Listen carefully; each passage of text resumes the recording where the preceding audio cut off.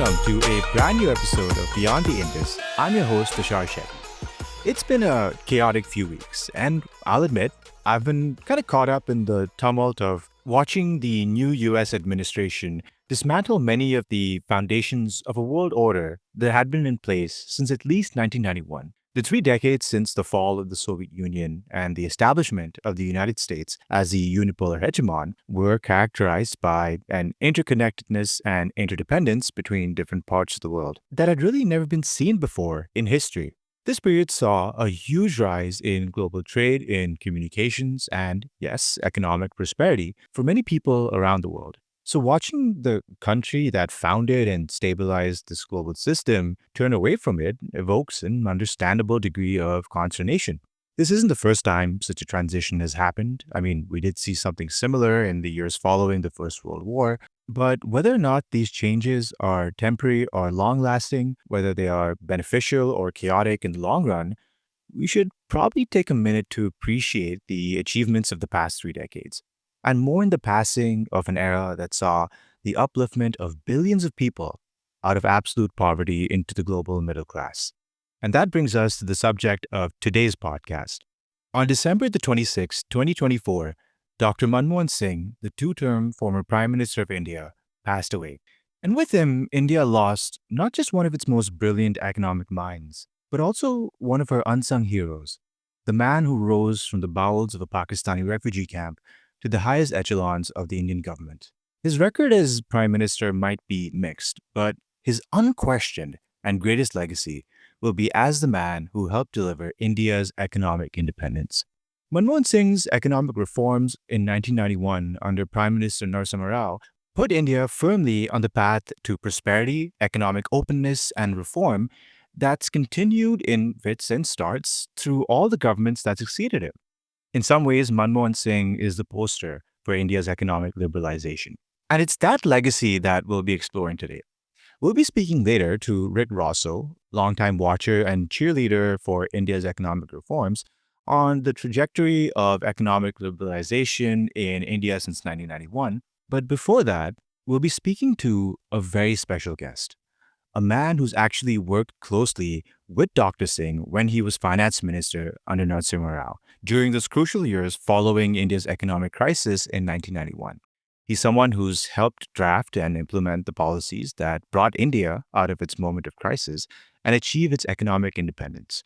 And he's someone who can give us an insider's view of what it was like working with the late, great Dr. Manmohan Singh. Stay tuned. So today I have the extraordinary honor to be joined by someone who has not just witnessed the 1991 liberalization, but was also one of the key players who helped roll out the reforms, Dr. Ashok Desai.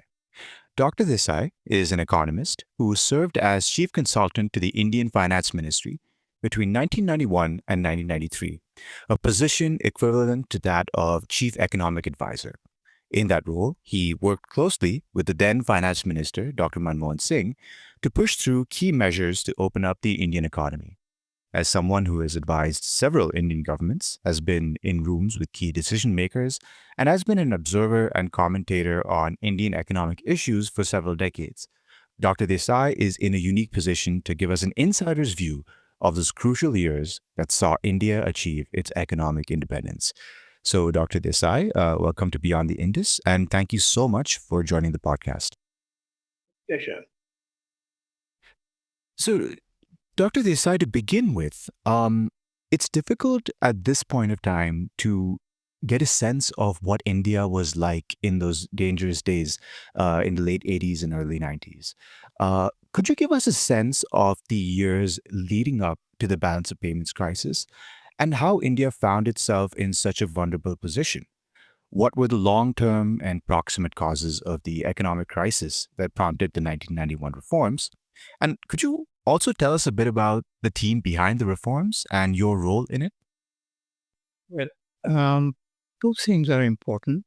First of all, India was running balance of payments deficits throughout the 80s, and they were very easily financed because Japan was having enormous surpluses.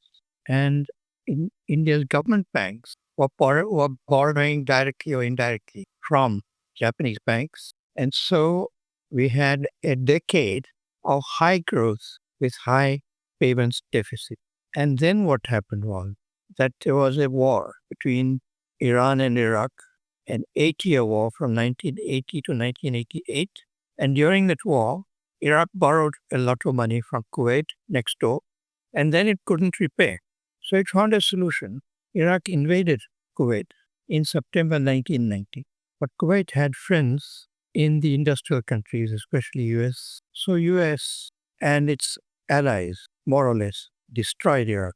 And this led to an enormous oil crisis. And the price of crude oil, Brent price, went up from $34 to $77 a barrel. And India, of course, was a huge importer of oil, so its balance of payments just went outward. Also, Indian workers were working in Iraq and Kuwait, and they had to run back home, and their remittances stopped. India was also borrowing from NRIs, mainly in America. It was giving them good rates of interest, and so they were putting their money in Indian banks, and they saw the crisis coming. So they started taking the deposits out to India. And that's how India started having trouble. Now, throughout the 80s, India had been borrowing not just from Japan, but also from IMF. And IMF gave more and more loans. And each time it made the conditions more strict, harder. And finally, there came a time when India could not meet those conditions and IMF credit stopped. That's what led to the balance of payments crisis. Right. And, as chief consultant to the finance ministry between 91 and 93, you would have been among the key decision makers during the liberalization process. Could you just talk about the team that was assembled? I'm thinking of Dr. Singh, obviously, I'm thinking of you, I'm thinking of Chidambaram. And what was your role through that process of liberalization? Well, I had worked in Canada for some years during the 1980s and saved a lot of money. And then I came back to India and I was just having a good time, meeting friends, going to meetings, and so on. And then one day, Dr. Manmohan Singh became finance minister and he rang me up and said, "Come and see me." And I went to see him and he said, "You had a good enough time. It's time for you to serve your country." Wow. And he wanted to take me into the ministry, but he had a problem. There was a chief economic advisor in the ministry, namely Deepak Nair, and there was no job for me. There was no post. So Dr. Singh had to go to the cabinet and get a post created for me called chief consultant, to which I was appointed. And just then, Deepak Nair told the finance minister that he could not have two economic advisors. And on those grounds, Deepak Nair resigned. And I walked into his room and did the job as chief economic advisor. My post was actually called chief consultant.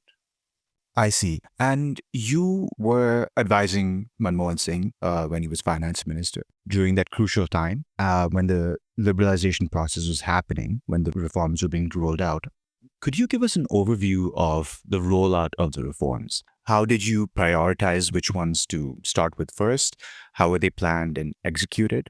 And could you perhaps also talk about your experience dealing with Dr. Singh and other members of the reforms team? Do you think that his reputation as the main driver of liberalization is fair? Well, since there was a crisis, it had to be tackled, and Dr. Singh did tackle it. So his reputation for it is absolutely justified. But I would say that it was a crisis. There was no time. We had to act quickly, act yesterday. And as a result, there was no time to make a plan. We had to decide from day to day what to do and start doing it. It was also a time of political difficulties. There was a general election between the 20th of May and 15th of June, 1991. And after the election, Congress formed government. It was a minority government still. Narasimha Rao formed government. and Dr. Singh was made finance minister, and he had to quickly prepare a budget and present it. So it was presented on the 24th of July, 1991. And in his speech, Dr. Singh said, "We have been at the edge of a precipice." And that was the precipice which we had to avoid. Right. And I also want to ask about Narasimha Rao because is it true that he was the one who suggested the deregulation of industry, that is, the tearing down of the license Raj? We're speaking to Richard Rossow, who's the India chair of the CSIS, and he said that not only are the reforms necessary for the IMF conditions, but they actually went much further beyond by deregulating industry. So, was that true? Well, and conditions related only to the finance. And the crisis was so huge that finance ministry by itself could not tackle it. For example, import controls had to be removed, and that could only be done by the Ministry of Commerce. Industrial licensing had to be uh, removed, and that could only be done by the Prime Minister, because as it happened, the Prime Minister was the Minister of Industry. So, uh, at least three major people were involved, namely the Prime Minister, the Finance Minister, and the Commerce Minister, plus all their staff. I see. And I also want to ask you about resistance and pushback to the liberalization process because this was an edifice, an economic edifice that was built over several decades. There must have been many vested interests, who didn't want the system to change. What sort of resistance and pushback did you face? Were there particular individuals or interest groups, like politicians, bureaucrats, or businessmen, that either pushed back or that you were concerned might derail the agenda? Well, as far as I remember, the press was divided. Um, some people in the press could see that we had a major crisis and we had to do very difficult things, unpleasant things. Another part of the press hated the unpleasant reforms that we took. And so we had a mixed press. At that time, television was luckily not very important, but um, there was also a business class. The business class had made money out of the licenses and controls and so on. And so there were a lot of people in business who hated liberalization. So I would say that we did not have many friends in the society. And what about the political class? Because back then, the left and the communists in particular were quite prominent. And one can also think that perhaps the bureaucracy, the people in charge of that license permit, Raj, may have not taken kindly to their power being taken away from them. Did you face any pushback from the political or bureaucratic classes? Well, the politicians and bureaucrats who benefited from the controls naturally hated liberalization. I remember that for industrial imports, importers had to get permission from the Department of Industrial, whatever it was, DGTD, Director General of Trade Development. And once the imports were freed, no one needed to get their permission. And they were so annoyed that they went to attack the Commerce Minister, uh, Chidambar. And luckily, Chidambar was not in his room, and they damaged the door of his room and went away. They physically went to attack him. Yeah. Good Lord. So that's very interesting because I always wondered about that pushback. I think you've written previously, and I think this question has been put out several times about how important the IMF conditions were as a trigger for the reforms to happen. I think you've previously written and answered that yes, they were an important trigger, that they did push, a sense of urgency to the reforms. I also want to ask you about the importance of the people being there at the right moment. Do you believe that liberalization would have happened in the same way if a different finance minister were in place? or maybe even a different government. I know alternate history is a tricky road to go down, but what if Rajiv Gandhi had survived the assassination attempt and formed the government? Or perhaps what if VP Singh came back to power, God forbid? How do you think that response might have been different with different people there? Actually, as I said, the crisis had developed over the 1980s, and therefore those prime ministers also presided over an economy that was in the crisis. The only difference was that the people in charge of economic policy managed to get the foreign exchange to meet the deficit. But I'm sure those prime ministers also had to argue, had to plead with IMF and World Bank for credit, and IMF gave more and more loans, and each time it made the conditions tighter. And when I joined the finance ministry, I went to my office for the first time, and the file on top was the IMF file, which set down the conditions. There were in very few conditions. The main condition was that we had to devalue, and the other was that we had to repair the budget government, and we had to bring down the inflation. Now, these, to me as an economist, these was perfectly rational. This is what I would have suggested if I had been in IMF or if I had not been in IMF. This was the thing that we should be doing. The only question was how to do it in the political atmosphere that we had at that time. Right. And the reason I asked this question about the importance of people, importance of, Manmohan Singh, is that I wonder if the developments in East Asia, particularly the industrialization of South Korea, Taiwan, and the other Asian tigers, as well as China, although China was in its nascency, I think, in the 1990s. I wonder if watching them would have impacted people like Manmohan Singh, because he was in the South Commission before this. So, do you get a sense when you were in government that time that it was watching perhaps the East Asian tigers deregulate and industrialize that influenced the ministry at any point?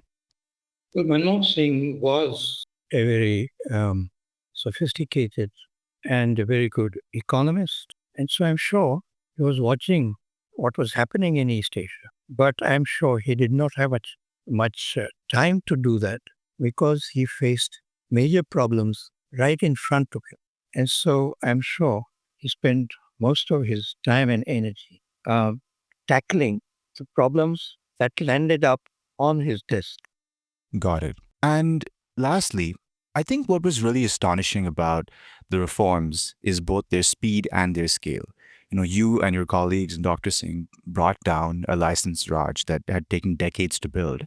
But there were and there remain several areas that reforms weren't done or they weren't tackled during Prime Minister Rao's government. Looking back, what were some areas that you think that Prime Minister Rao and Dr. Singh and his team could have gone further in reforming? And what are some of the areas that you still think need to be urgently reformed to achieve India's target of becoming a developed country by 2047? Well, actually, all the reform uh, took much longer than just the few weeks or months we had. For example, um, import liberalization. What Chidambaram essentially did initially was uh, to give the exporters licenses to import on the basis of the exporter of the export, and thereby he created a market for let let's call them import license. Now, import licensing was only reboot only in the 2000 around 2013 2014. So it was a very slow process in almost all the fields. The 1991 reforms have suffered a reputation because they were done so quickly and they were so much against what was the official ideology of the previous 60 years, as you said. Right. And do you think that there's some areas that you see even today that reforms are important? Uh, Certainly, um, if you look at countries which have done much better economically than India, for example, mm, Taiwan, as you said, South Korea, China, you see that their reforms have been very different. For one thing, the history is also very different. Our history is sort of we inherited our country from the British colony of India, and the British, or rather 19th century British, taught us how to make laws.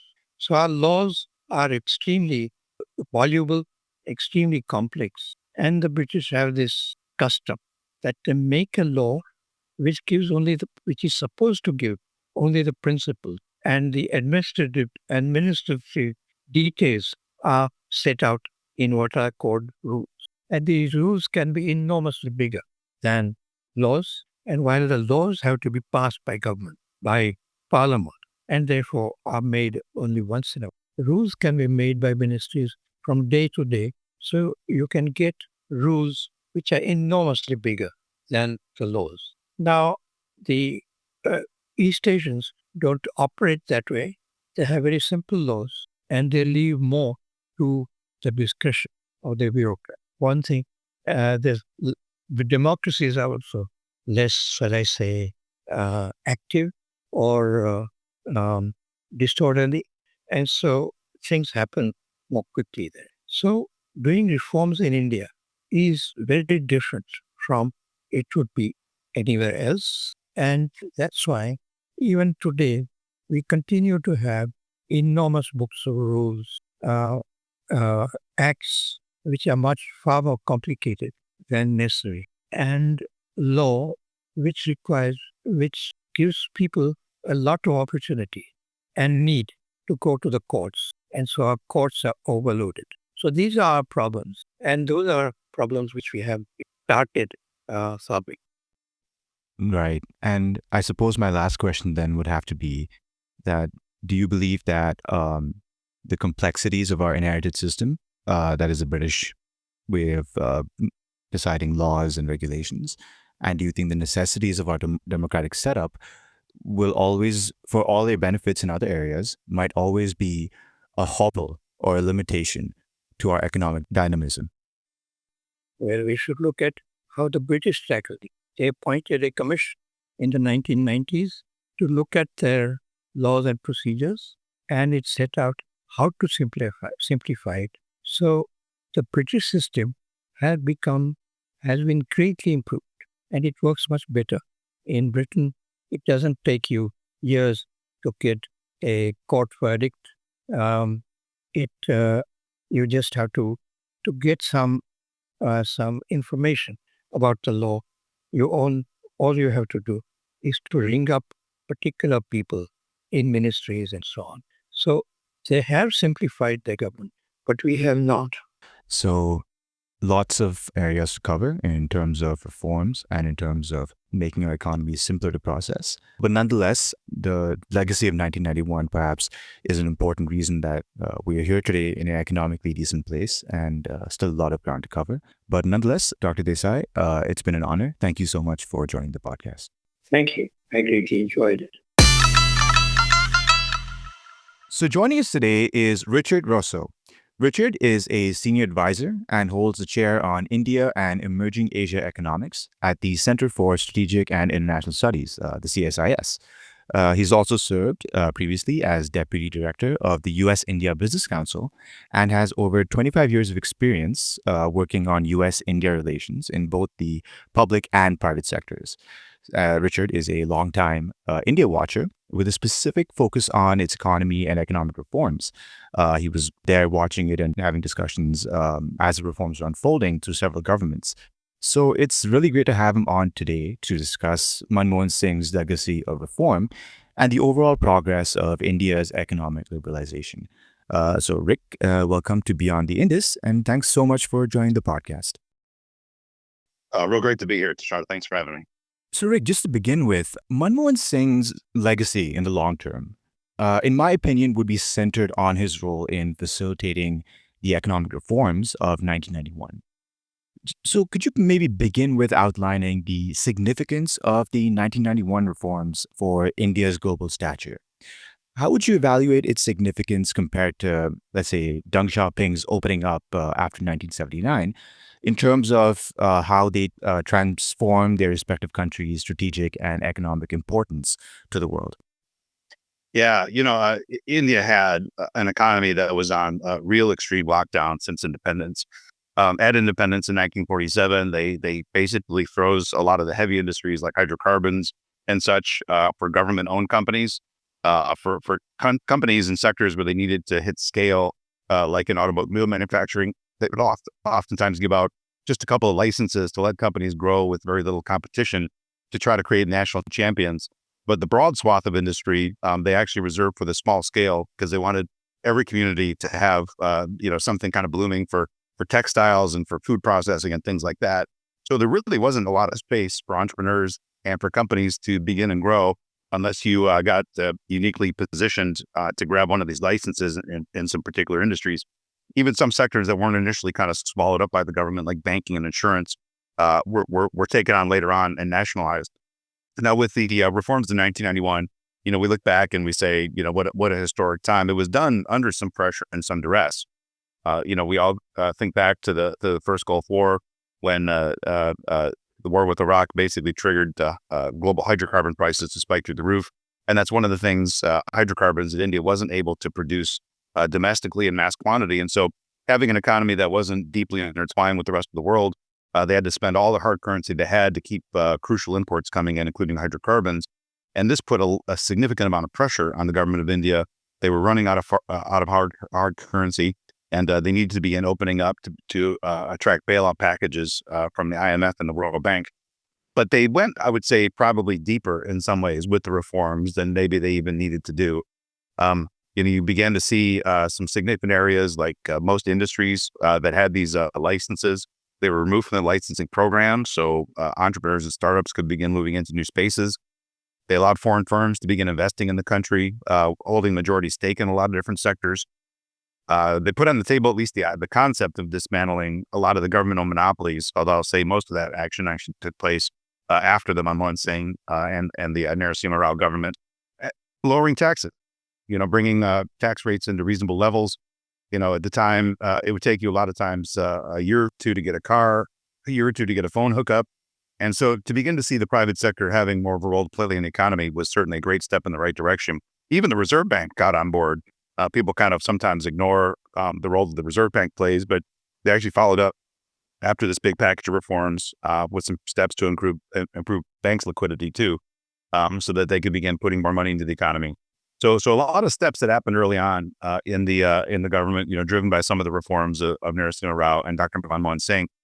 The net impact as we look today, a lot of those areas is certainly meaningful, though there are a lot of reforms that took place in other ways after the fact that probably have a bit more of a direct relationship on the U.S.-India commercial lane today. But, you can't get out of park unless somebody first begins to, move the clutch, get the accelerator going. And that was what 1991 was, the first time that a lot of these things had even been put on paper and attempted. Right. And I think it's interesting because, we look at, for example, other examples of reform, but there were some very important areas. I'm thinking of subsidies. I'm thinking of privatization of state-owned enterprises that the Rao Singh government failed to reform during their 1991 to 96 term.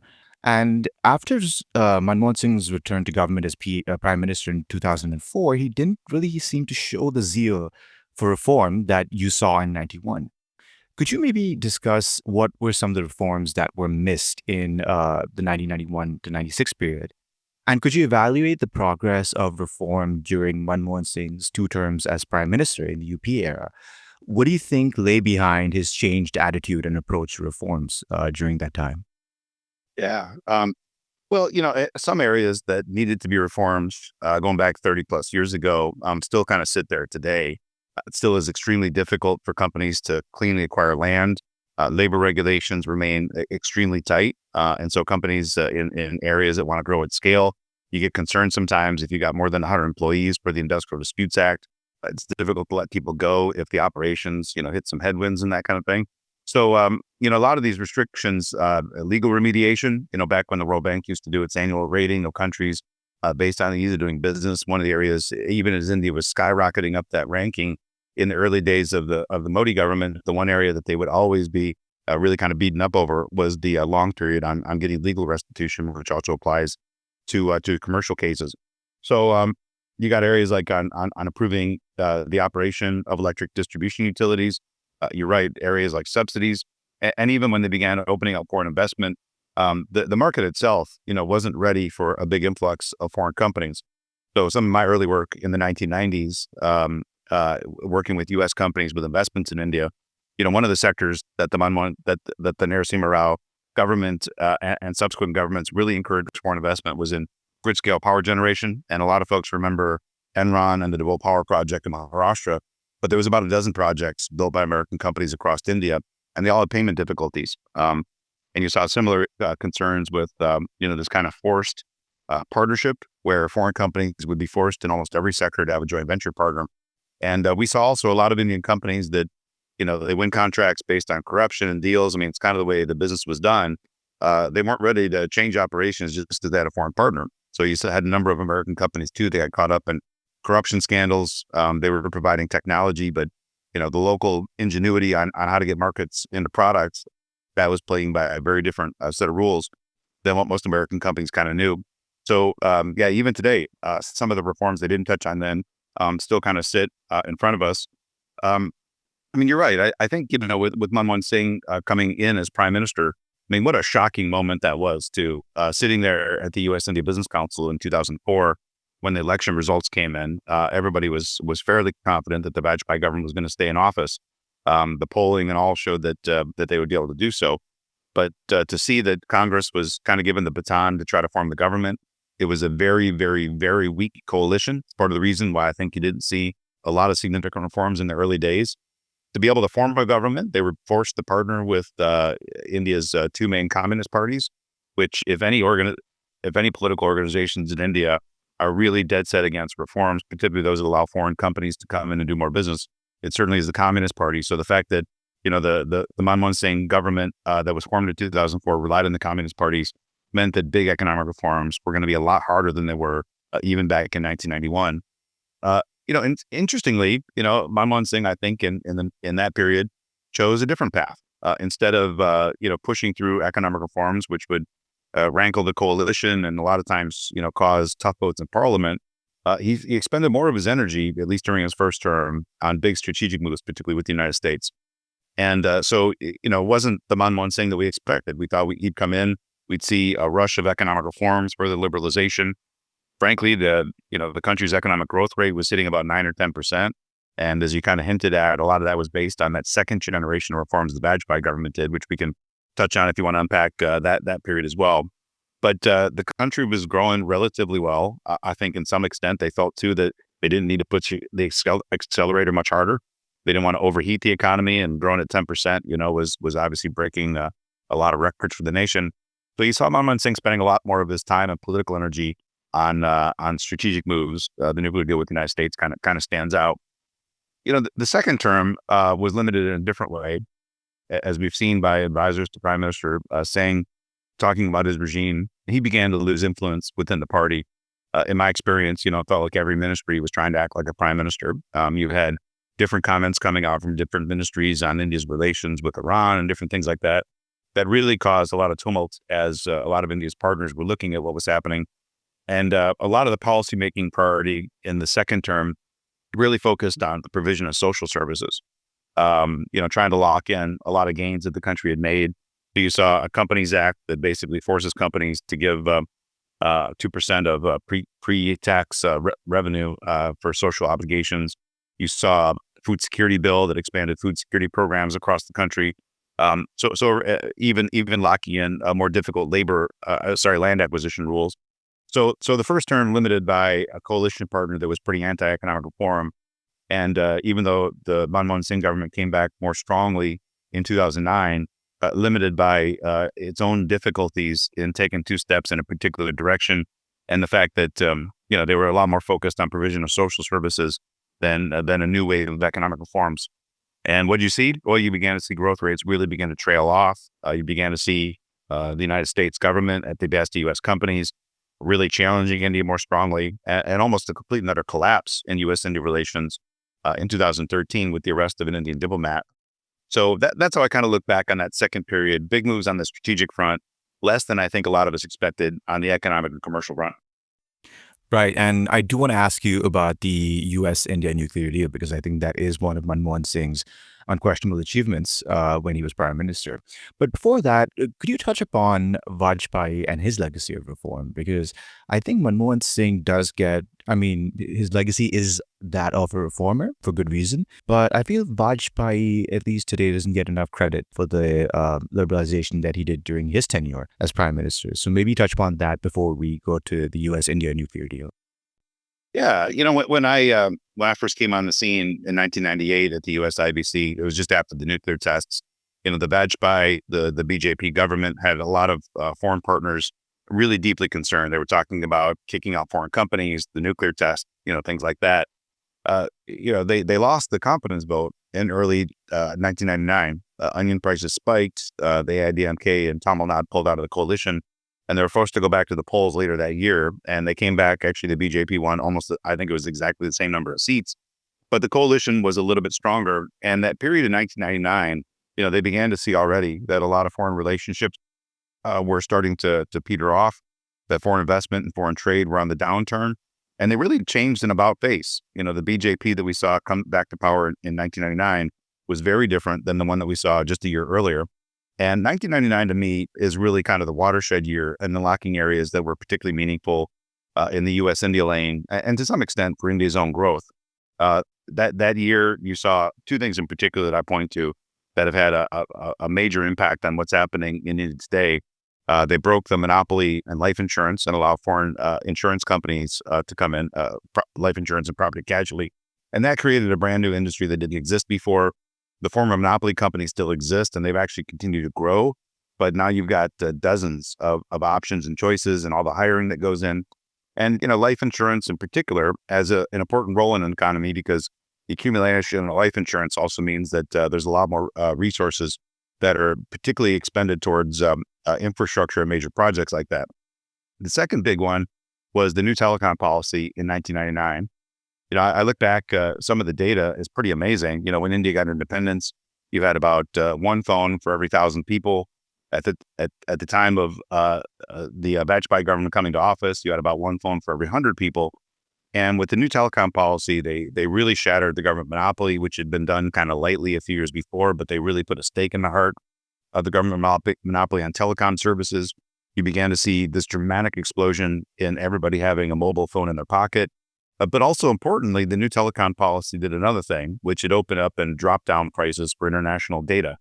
And that meant that India's IT service market, which had been pumping incredible graduates into the marketplace, but not able to work up to their potential, really began to unlock the talent base that's so evident in India today, which had been really kind of hidden because of the high cost of data and telecom connectivity. So some big reforms, some privatization, which, as we were talking about, was part of the unmet agenda back in 1991, but they began privatizing some government-owned companies and even creating significant infrastructure with the Golden Quadrilateral Highway System. So some big steps that they took. Again, the Vajpayee government, most of these were done during its first couple of years of its term when it was elected in 1999. But there is continuity to the next topic I know you want to touch on, the nuclear deal, because one of the last things that the Vajpayee government did before it surprisingly lost that election was signing an agreement with the United States, which is just kind of hitting its anniversary, the next steps in strategic partnership back in 2004, which set in motion this idea about deeper U.S.-India cooperation in areas like space and nuclear. And so it was great to see the Manmohan Singh government come in, and instead of kind of ignoring the strategic work that the Vajpayee government had laid down, grabbed it, embraced it, and ran even faster with it. So there was some continuity even on nuclear between what we saw at the end of the Vajpayee government and the beginning of the Manmohan Singh government.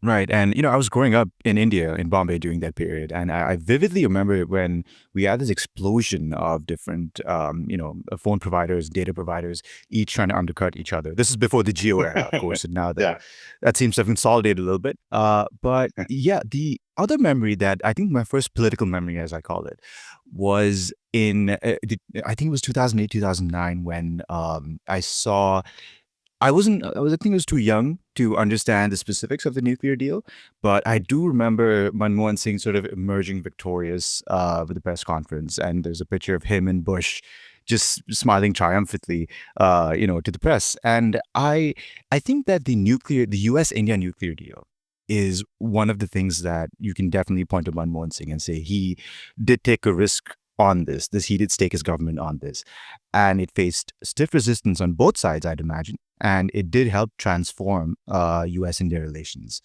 So could you maybe talk about that deal, the process of negotiating and passing the deal, the resistance it faced, particularly in the U.S., because I don't think a lot of South Asian listeners get the perspective of what President Bush had to go through. And could you also talk about maybe its significance or perhaps lack thereof to the long-term trajectory of the U.S.-India partnership? Because some people do argue that not much happened in the nuclear sector even after the deal was signed. So did it make that much of a difference? Yeah, all great questions. Taking a step back a few years, again, for me to come on the scene in 1998, just after the nuclear tests, that's really when the debates began in earnest, because suddenly India was a declared nuclear power, but outside, what we considered to be the established ecosystem, where you had 5 declared nuclear powers, and there were sanctions slapped against India and Pakistan, of course, since they tested a few days later, that were automatic. And there was a big debate in Washington at that time. Do we try to sanction India into oblivion to the point where they would actually consider giving up nuclear weapons? Or do we decide to bring them in the club and acknowledge and accept the fact that they had these weapons? And, that was the first time that the nuclear debate, a little bit different, of course, was happening over India. And I would say, it seems to me in my recollection, I don't know there was ever a poll done, but, across the Washington policy establishment, most preferred the option of sanctioning India into oblivion. And it was a small number of advisors in the Clinton administration and a larger group, including the president himself during the Bush administration, that felt this was a pivotal moment to really start building a deeper strategic relationship, rather than using it as a moment to further push India into the cold and away from the United States. So the debates began a few years before, but so Manmohan Singh becomes prime minister in 2004. The next summer, he takes a visit to Washington, D.C., and that's when the two sides announced the intention to share civilian nuclear technology. It was historic. You've got the 5 declared nuclear powers, and so for the United States to begin talking about a pathway to bring another country in to the nuclear club was pretty amazing. India obviously has some tough decisions to make at that point, particularly the separation agreement, where they would take a look at all the nuclear facilities and determines which ones would be entirely used for civilian nuclear power generation, and those that would be used for potential military application for extraction of fuel for use in nuclear weapons. And for India to agree to, have review and oversight of those facilities. This is not easy decisions for India to make, and for the United States to take the lead in breaking apart the nuclear club and welcoming a first new member in.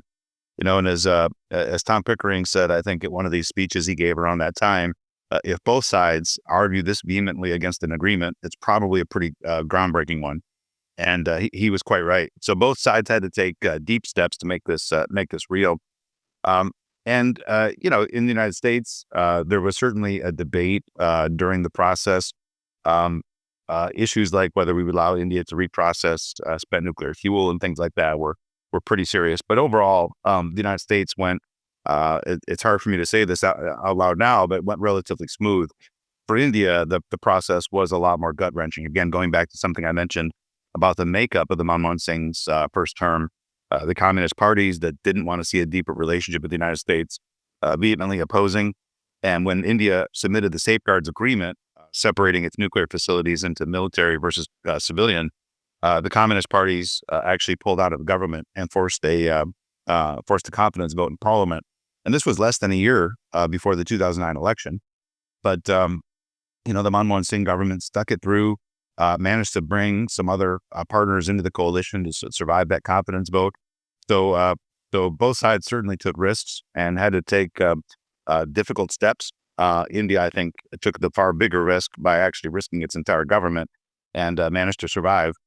But, you're right. As we kind of hinted at before, India had to take one more significant parliamentary step later on, which was outlining what its nuclear liability regime was going to look like for suppliers.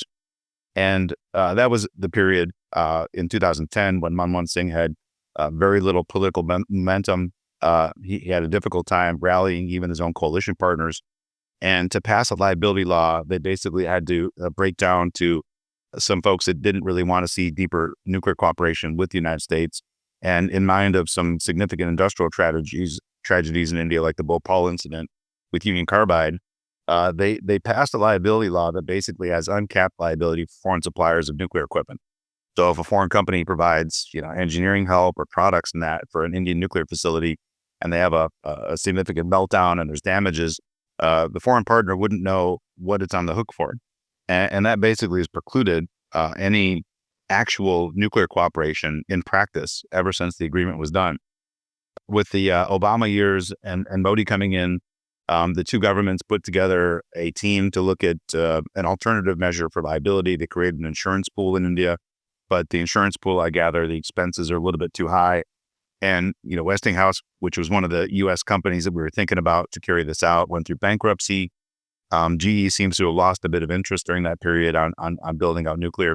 So for a variety of reasons, India's liability law, the high cost of the insurance pool, the two U.S. companies we thought would be the primaries in leading this, nothing has actually happened in practice so far.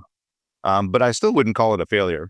My gosh, to think at that point to put something that significant on the table, every other department across the United States and across India, the aspirations for the kind of things we thought we could put on the table went through the roof. That's something you'd expect after, 50 years of close ties and momentum, but to put that on the table early on as a confidence building measure, I would still say today that, when we talk about signing interesting defense agreements and things like that, nothing feels impossible when you broke the global nuclear liability and non-proliferation regime to allow India in. So great repercussions, I think, that still kind of rattle down the hallway, and they're still working quietly behind the scenes and trying to resolve some of these issues and maybe, begin stimulating civilian nuclear cooperation. But it has had a positive outside impact in other areas of the relationship because aspirations are just in a different plane than they were before this was announced. Right. And I think people nowadays, it's easy to look back and, say that the US-India strategic partnership was inevitable, but people don't remember at that era what a big question mark it was, particularly with the UPA and its communist allies in power. In fact, there were actually debates on whether this might jeopardize India's relationship with Iran, of all things. So very different times back in India, back in those days. So just to get sort of your verdict on the UPA 1 and 2 eras, do you think that perhaps keeping in mind the political limitations that he had, that Manmohan Singh did all he could for reforms? I'm just asking because there is a debate about whether Manmohan Singh was just sort of a bureaucrat in the right place at the right time in 1991, or whether he was a committed reformer that actually wanted to pass these things. Would you evaluate his UPA term as he did decent enough for the political compulsions he faced? Yeah, I mean, they had serious limitations, but there's a lot I think that the governments can do that don't require a lot of political buy-in from some of the parties. There's a lot of steps that have to be taken, like, for instance, improving state level governance and things like that. There's more that can be done, I think, during the Singh government to try to reduce corruption and improve transparency, especially with the allocation of public resources, telecom spectrum and mining licenses, things like that. So on the economic front, you always look back and say there's probably more, even with the bad hand they were dealt, that they could have done. But it certainly was a roaring success when you talk about reshaping India's security partnerships, particularly with the United States. So I would say they spent the political capital in an area that we wouldn't have predicted and had some real success there, and spent less of it in the areas that we might have expected on economic reforms. And so you just didn't see as much new. I mean, there were a lot of foreign investment liberalizations, and you saw a steady reduction in customs duties to let products in. India became a little bit more integrated. You saw some trade agreements with regional partners. So there were certainly some steps that the government took, and some of those involved at least a little bit of political muscle and sweat to get done. But overall, less on the economic front than I might have expected, and a lot more on the strategic front than I would have expected. Right. And moving on from the UPA era to, let's say, the Modi era that's started in 2014, Prime Minister Modi is interesting because he's had a record in Gujarat when he was chief minister for being a relatively pro-business kind of guy. He attracted a lot of foreign investment. But after becoming prime minister, there seems to be a different approach to economic reform during his tenure. How would you describe the Modi government's approach to economic management and reform compared to Dr. Singh's? Do you see them as a significant departure in strategy, or do you think it's just an adaptation of the reform agenda to the current political and economic realities? And how would you evaluate the Modi government overall so far in its progress and commitment to liberalization? A great question. I think that there's some areas where the Modi government, some of the big things they executed, like the goods and services tax, a new bankruptcy code, some of the big things that they did were actually ideas that the Manmohan Singh government put on the table and just wasn't able to execute. So some of the ideas on what needs to be reformed are actually shared between the Manmohan Singh government and the Modi government, just with a single party majority, at least in the lower house of parliament.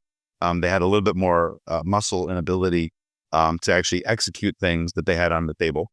So you do have some continuity in priorities, but more ability to execute. But there's some other areas that I think that they look at, which are a little bit different and go against the grain of what the Manmohan Singh government had done. A couple areas I'll point to in particular.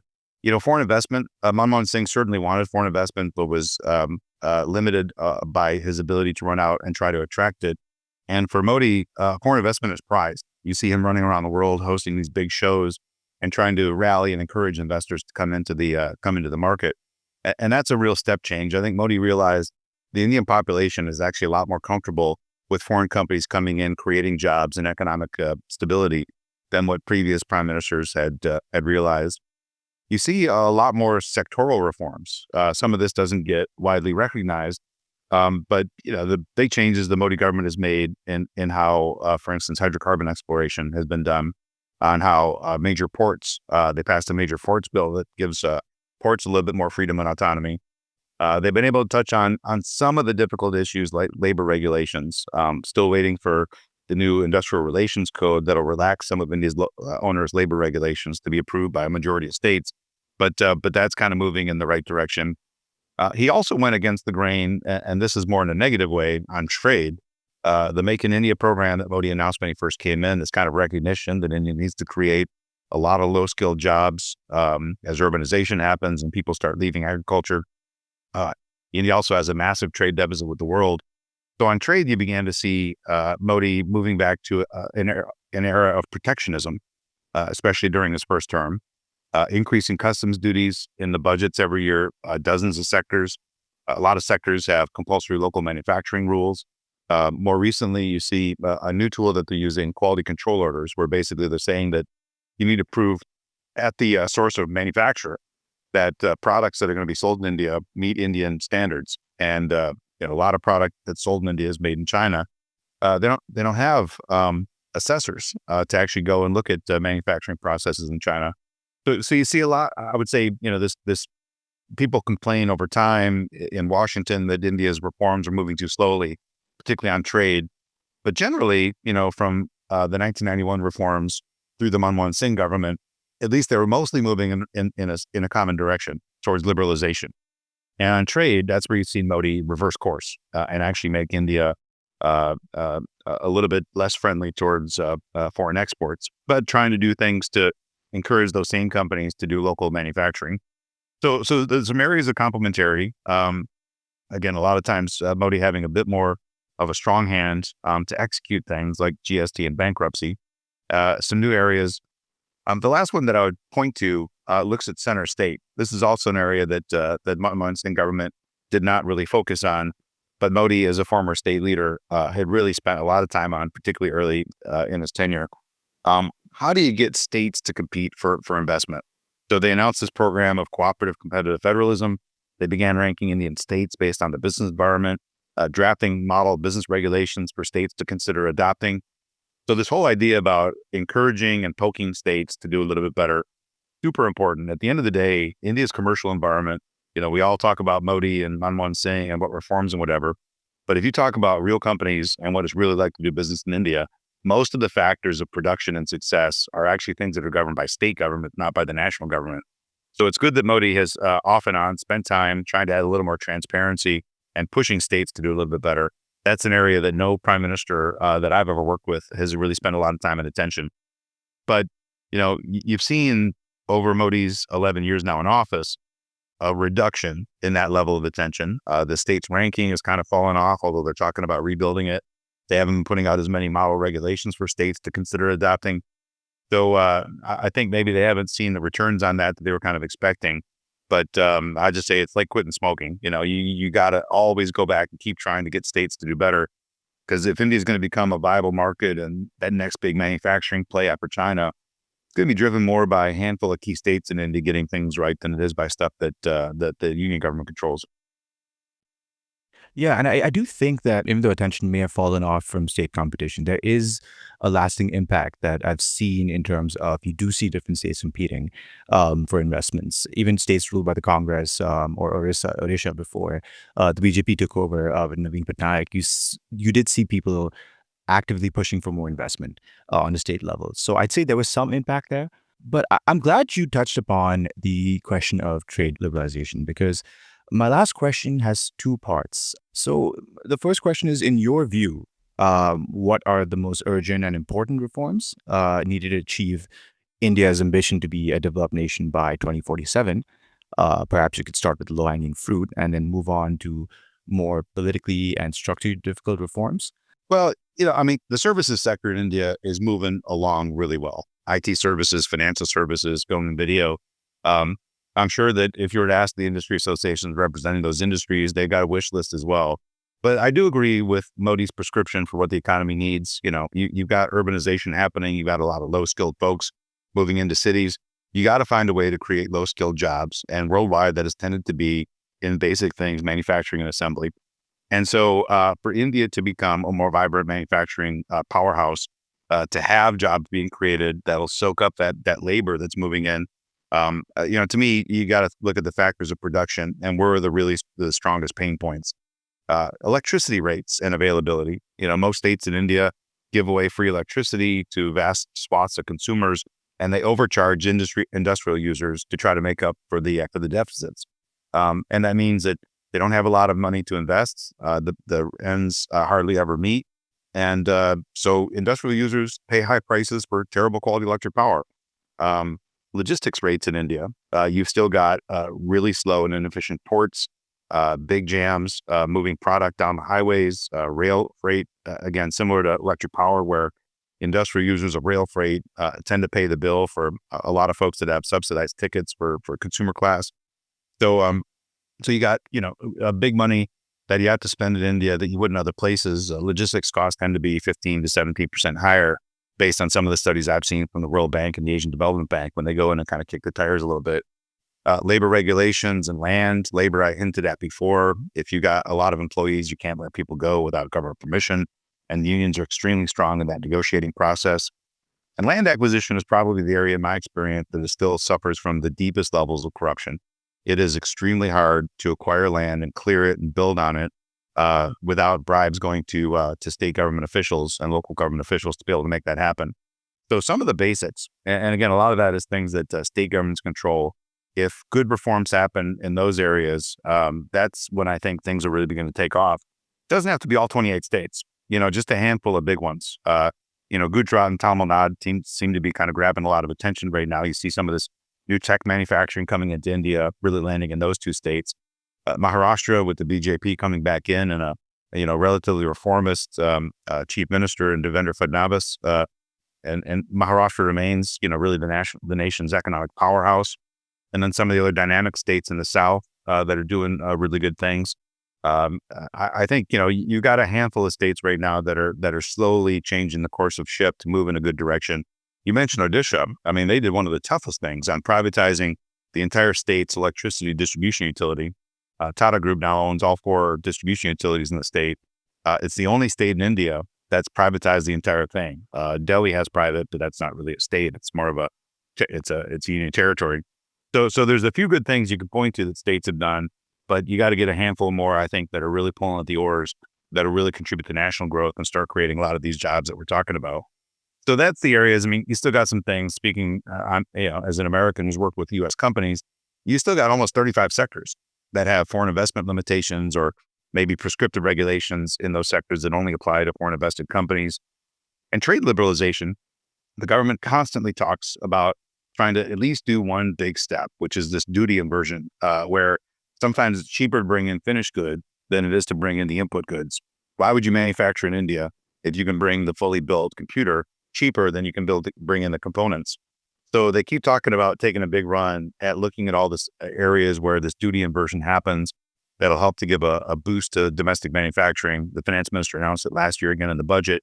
We'll see if that happens. It would certainly be welcomed, I think, by manufacturing companies to see reduction in duties and input goods. But so far, that's remained more of an aspirational than an action step. So basic factors of production, land, labor, electric power, further liberalization of foreign investment, and getting some other things right, like this duty inversion issue.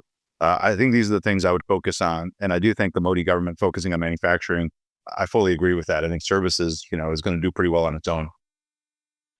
Right. And it's a good thing you touched upon the question of trade liberalization, because the second part of my question has to deal with, I mean, we're speaking right now, it's the 20th of Jan, 2025, and President Trump is soon to be inaugurated. And his second term, his first term as well, to some extent, it sort of does mark a shift, let's say, in the global paradigm and the global consensus on trade, on economics, that Manmohan Singh saw during his terms as finance minister and prime minister. That was still the Washington consensus sort of era. We still had this WTO, open trade relations with more countries, reduced barriers, etc. I wonder if they're still valid in the current global environment where you're seeing rising protectionism on all sides. How have your prescriptions for Indian economic reforms evolved over time? And I'm thinking in particular about China's, post-China's entry to the WTO. There are a lot more calls for protectionism from not just countries like India, but also the United States, in the European Union. So do you think that your prescriptions have changed with the changes in time? Yeah, they changed over time. I think so, in the sense that, again, thinking about the U.S.-India corridor, when we were pushing India to consider further liberalizing on trade, we're thinking that on behalf of U.S. companies getting market access. India's response at that time was, the more that we open, the more that China is going to be able to take advantage of the market. And that has absolutely come to pass. So I was certainly there in the room when these debates were happening. And, to some extent, too, we have to acknowledge that a lot of China-made product that winds its way into India is American branded. The United States leverages China for global manufacturing supply chain and really kind of a base of global manufacturing. So when India, talks about the China challenge, it is indirectly a challenge of American companies as well, since we leverage China so much in manufacturing. India, I think at the time was pilloried for its stances on trying to close the door on trade. And again, they would privately say it was more about China. They were a little timid in saying that publicly initially, but the world is probably coming more to India's position than the other way around. Certainly the United States is. The concerns, and this is where, sitting in a place like CSIS, which is mainly known as a defense and security think tank, but running a program on the India lane that's more focused on economic commercial integration, you see that there's this middle ground in the United States that very few people inhabit, where you have to balance trade policy with national security objectives. So when we talk about, does China play fair in manufacturing? Do they have a lot of explicit and implicit subsidies for the companies? Yeah. Is it an even playing field for American companies? No. So China product can land here, subsidized by the China government, and be sold at price points that American companies can't compete with.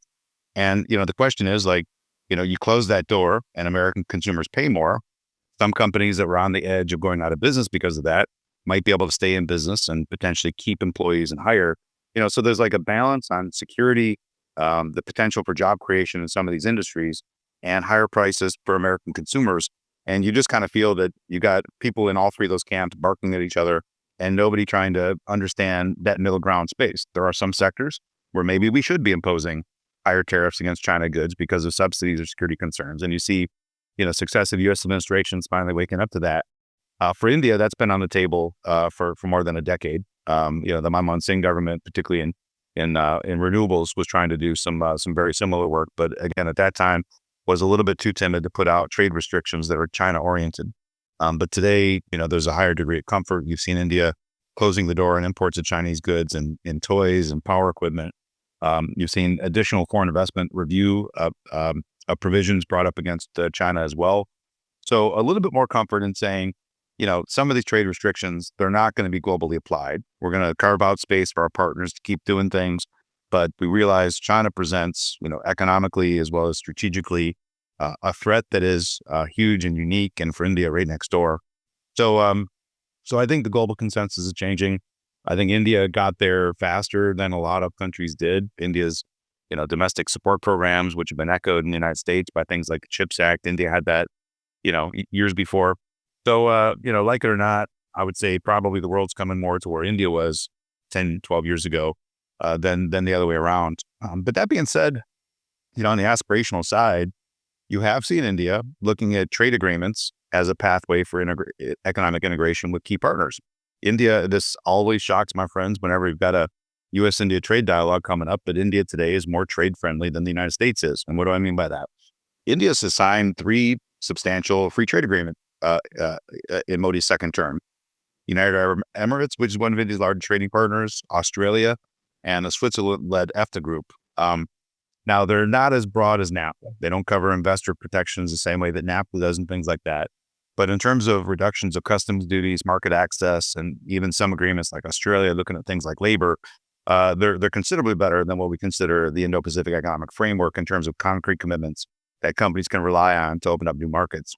So India, it's a huge country. It encompasses all, restricting trade in some areas, but with a unique number of trade agreements, they're actually opening up the door in pretty important ways too to a few strategic partners. So a lot going on simultaneously. It certainly is a lot to track, but we're trying to do our best.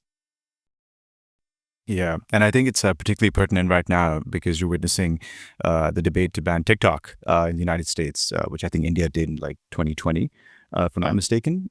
So yeah, interesting change of direction in the global economic paradigm. But yeah, Rick, that was really fascinating. Thanks so much for joining. And yeah, it'll be an interesting few years to keep an eye on the India-US relationship. So thanks for That it will. Thanks for that. Thanks for having me, Tushar. Yeah. Yep. Fantastic.